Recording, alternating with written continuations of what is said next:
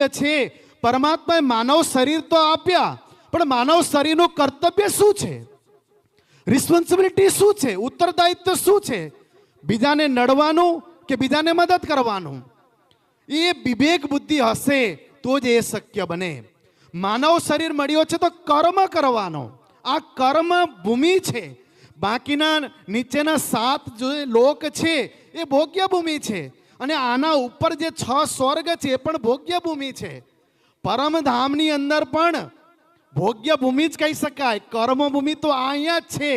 પરમધામમાં તો એક લીલા ખાતર આપણે કાર્ય કરીએ છીએ. એ તો અવિરત છે, અખંડ છે, શાશ્વત છે.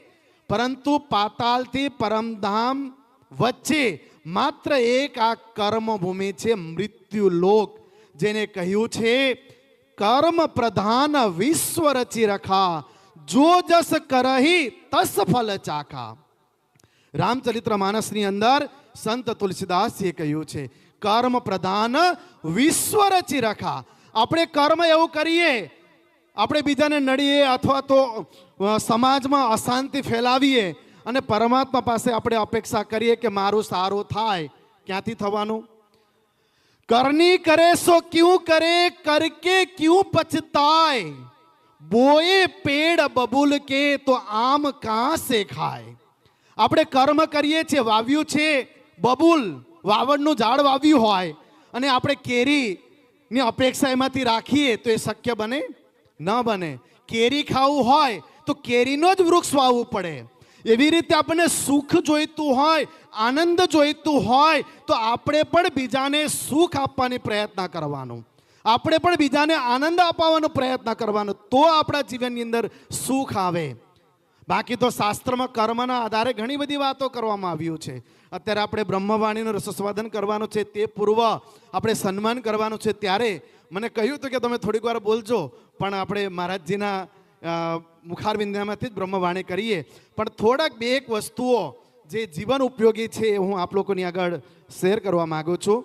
એક તો નો યોર સેલ્ફ, સ્વાત્માનમ જાનીહી.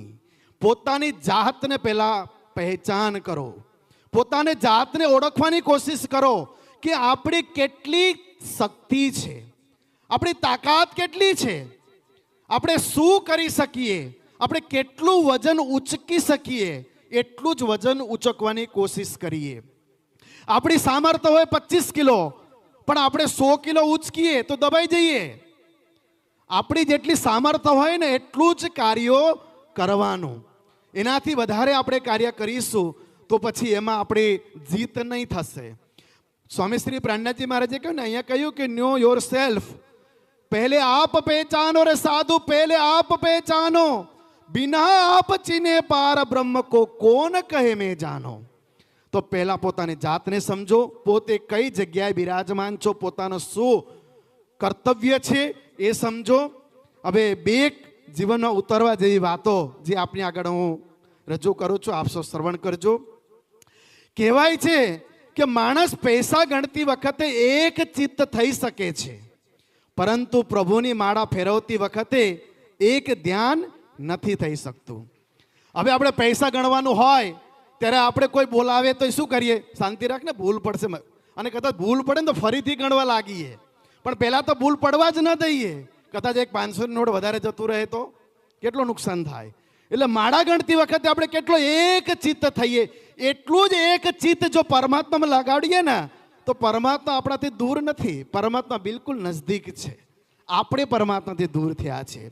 બીજું, સંસાર શમશાન કરતા વધારે ભયંકર છે, પરંતુ શમશાન સળગાવે છે અને સંસારની અંદર શું છે? સંસાર શમશાન કરતા વધારે ભયંકર છે. એ વસ્તુ બરાબર, પણ એના કરતા આગળ છે કે શમશાન શું કરે છે? મુર્દાને સૌને સળગાવે છે, પરંતુ સંસાર શું છે? જીવતા માણસોને તડપાવીને મારે છે. આ સંસાર છે. શમશાન શું કરે? મરેલાને બાળે છે, પરંતુ આ સંસાર તો જીવતાને બાળે છે. અને ખાસ સમાજમાં ઘણા આવા પ્રકૃતિના માણસો છે, એનાથી ચેતજો સાચા નાગની ફેણ કરતા ખોટા માણસની તરફેણ વધુ ઝેરી હોય છે. એ ખાસ સાચા નાગની ફેણ તો ખબર જ છે કે આ ડંખ મારવાનો જ છે, પરંતુ સમાજની અંદર કેટલા એવા માણસો મોમે રામ બગલ મેં છુરી જેવા હોય, એવાથી બહુ સચેત રહેવાનું. આપણી જોડે મળેલા એક્ટિંગ કરે પણ આપણું કેવી રીતે બગડે એ ઈચ્છતો હોય. એટલે કહેવાય છે ખોટા માણસની તરફેણ એ વધુ ઝેરી હોય છે. દુઃખ આવે ત્યારે આનંદમાં રહો અને સુખ આવે ત્યારે આનંદને કાબૂમાં રાખો. આમાં આપણે શું કરીએ છીએ? દુઃખ આવે ને ત્યારે રડવા લાગી જઈએ છીએ. હાય મારા પર આ થયું તે થયું. આ દુઃખરૂપી સંસાર છે, આવ્યા જ કરવાનું. પણ દુઃખની અંદર પણ સુખ રહો, દુઃખની અંદર પણ આનંદ રહો. અને તમને કોઈ દુઃખ આપી હોય ને અને તમે આનંદિત થાઓ ને તો પેલો પસ્તાશે, ક્યાં મેં આની જોડે વેર લીધું. એટલે હંમેશા આનંદિત જ રહેવાનો. અને બીજું એના કરતાં પણ વિશેષ, જ્યારે આનંદમાં હો ને ત્યારે શું કરવાનું? આનંદને કાબૂમાં રાખવાનું. પૈસો આવે એટલે એ મોજ મસ્તી અને પછી પતનના માર્ગે જવાય, એટલે આનંદને કાબૂમાં રાખવાનું. બીજું, નસીબનું ક્યારે કોઈ જૂટવી શકતું નથી, અને જે જૂટવી શકે ને તે ક્યારેય નસીબમાં હોતું નથી. આપણે માથું કૂટીએ છીએ, મેં આટલી બધી મહેનત કરીને મારી પાસે ત્યાં જતું રહ્યું. અરે ભાઈ, આપણા નસીબમાં હતું જ નહીં. અને એ હતે ને તો તમને દુઃખી થતે. એટલે પરમાત્માએ તમારી પાસેથી દુઃખ ના આવે એટલે જૂટવી લીધું છે, પણ આપણે સમજતા નથી એટલે દુઃખી થઈએ છીએ. એટલે કહેવાય છે નસીબનું ક્યારેય કોઈ જૂટવી શકતું નથી, અને જે જૂટવી જાય ને એ ક્યારેય નસીબમાં હોતું નથી. એટલે દુઃખી નહીં થવાનું.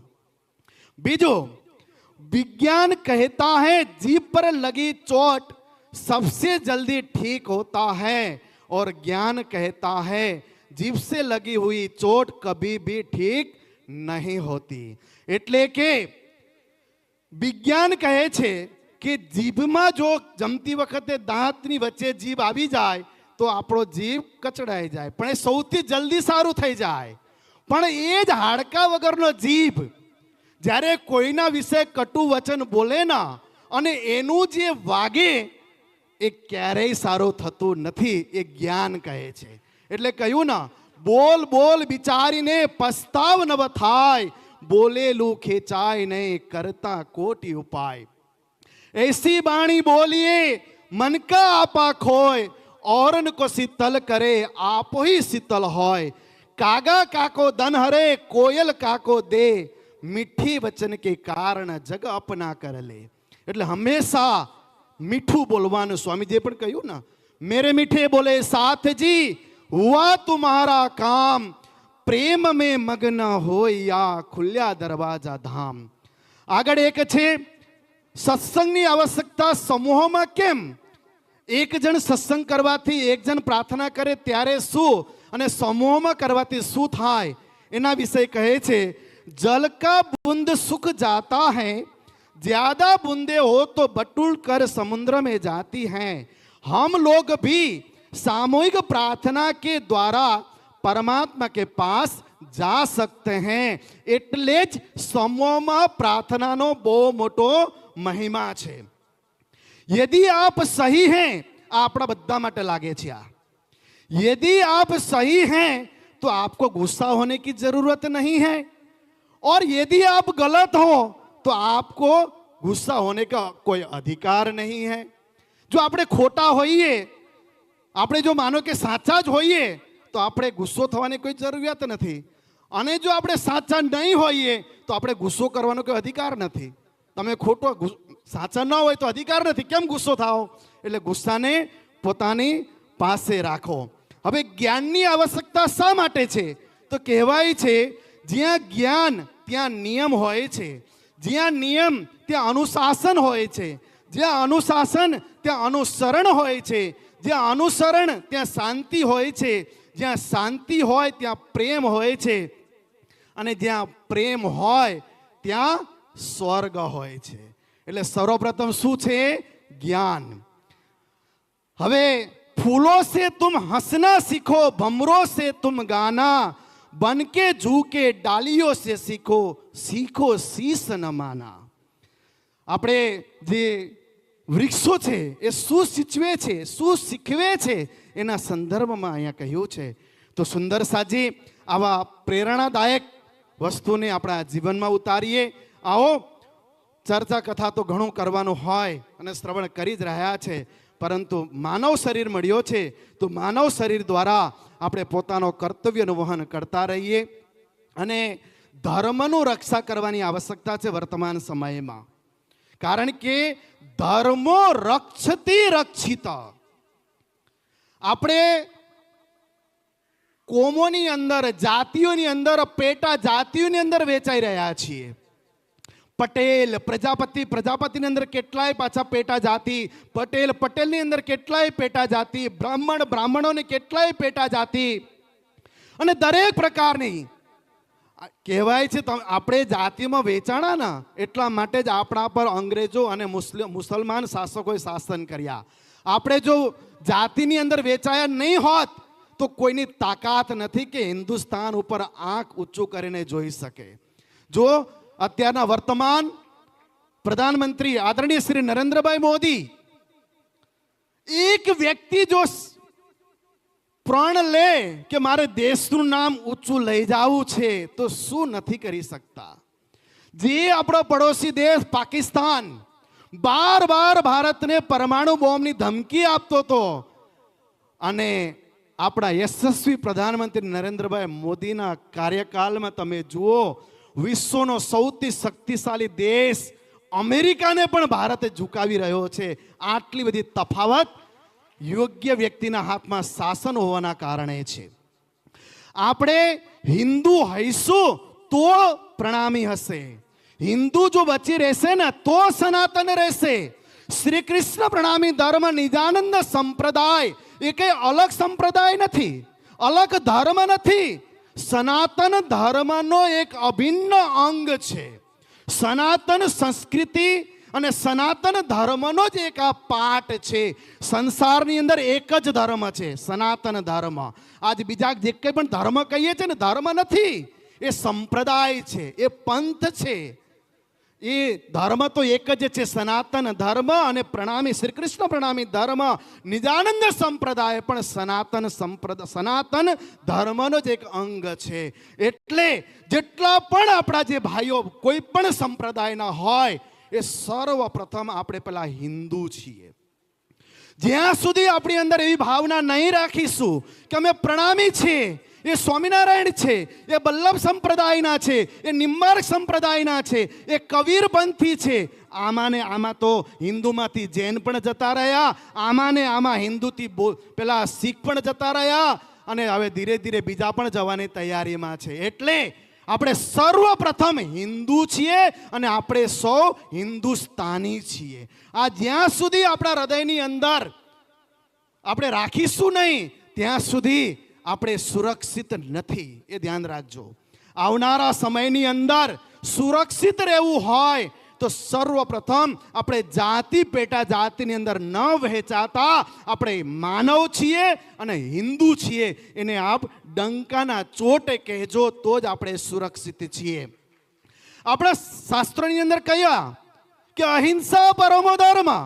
હિંસા નહીં કરવાનું, હિંસા કરવાનું નહીં, કારણ કે અહિંસા એ પરમો ધર્મ છે. પરંતુ એ અર્ધું કહેવામાં આવ્યું છે. અહિંસા પરમો ધર્મ વાત સાચી છે, પરંતુ એના કરતા પણ વિશેષ છે ધર્મ हिंसा तथैव च.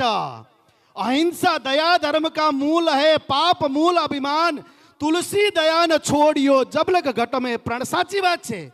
પણ જ્યારે પરિવાર ઉપર, જ્યારે ધર્મ ઉપર, જ્યારે સંસ્કૃતિ ઉપર જ્યારે ઘાત કરવામાં આવે ને, ત્યારે તલવાર લઈને લડવા જાવું એ અહિંસા કરતા પણ મોટો ધર્મ છે. એ જાણવાની આવશ્યકતા છે.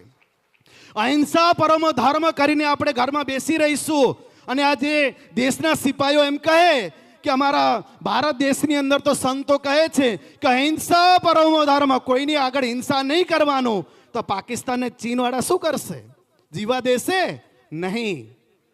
એ લોકોનું કર્તવ્ય છે કે વિદેશી ધરતીથી આવેલા આક્રમણ યા તો સેનાઓના હુમલાઓને વળતો જવાબ આપવાનો. એવી રીતે આપણા ધર્મની અંદર કદાચ કોઈ કુઠારાઘાત કરતા હોય, કોઈ નુકસાન પહોંચાડતા હોય, ધર્મને બદનામ કરતા હોય, તો આપણે ધર્મના રક્ષકો છે, આપણે ખોલીને બહાર આવવું પડશે, તો જ ધર્મની રક્ષા થશે. બાકી મહામતી સ્વામી શ્રી પ્રાણનાથજી મહારાજે 400 વર્ષ પહેલા જ કહ્યું કે રાજાને મલો રે રાણી રાય, તડો ધર્મ જાતા કોઈ દોડો. હવે એ તો સ્વયં રાજ્યના સ્વરૂપ હતા. કેમ એમણે કહ્યું રાજાઓ મળો, એક થઈ જાઓ? કેમ? કારણ કે શાસન ભારતમાં મુસ્લિમોના શાસનની અંદર સૌથી ક્રૂર કોઈ શાસક હોય ને તે ઓરેન્જો બાદશાહ હતા. ભલે આપણા સંપ્રદાયની અંદર જે એમની ઉપમા આપવામાં આવતું હોય, પરંતુ એમની સામે લડવા માટે સ્વામી શ્રી પ્રાણનાથજી મહારાજે રાજા અને રાણાઓને એકત્રિત થવાનું કહ્યું. કેમ? કારણ કે ધર્મનું રક્ષા કરવાનું છે. એ ધર્મના રક્ષા કરતી વખતે આપણે બધા એક થવું જોઈએ. આવો, હજી કહેવાનું તો ઘણી ઈચ્છા છે, પરંતુ આપણે જેમની આતુરતાથી રાહ જોઈ રહ્યા છે, આપણે મહારાષ્ટ્રીના મુખારબિંદમાંથી બ્રહ્મવાણીનું રસસ્વાદન કરવાનું હોય ત્યારે હું મારા 2 શબ્દને અહીંયા રાખું છું. હવે સીધા જ આપણે સ્વાગત તરફ આગળ વધીએ. તો આયોજક સમિતિનું નિવેદન, આપ સૌ તૈયાર રહેજો. સર્વપ્રથમ શ્રીમદ તારતમ સાગર બ્રહ્મવાણી ઉપર પુષ્પહાર અર્પણ કરવા માટે હું શ્રી મોતીભાઈ રેવાભાઈ પ્રજાપતિજીને નિવેદન કરું છું. આપ શ્રી આવો અને શ્રીમદ તારતમ સાગર બ્રહ્મવાણી ઉપર પુષ્પહાર અર્પણ કરશો.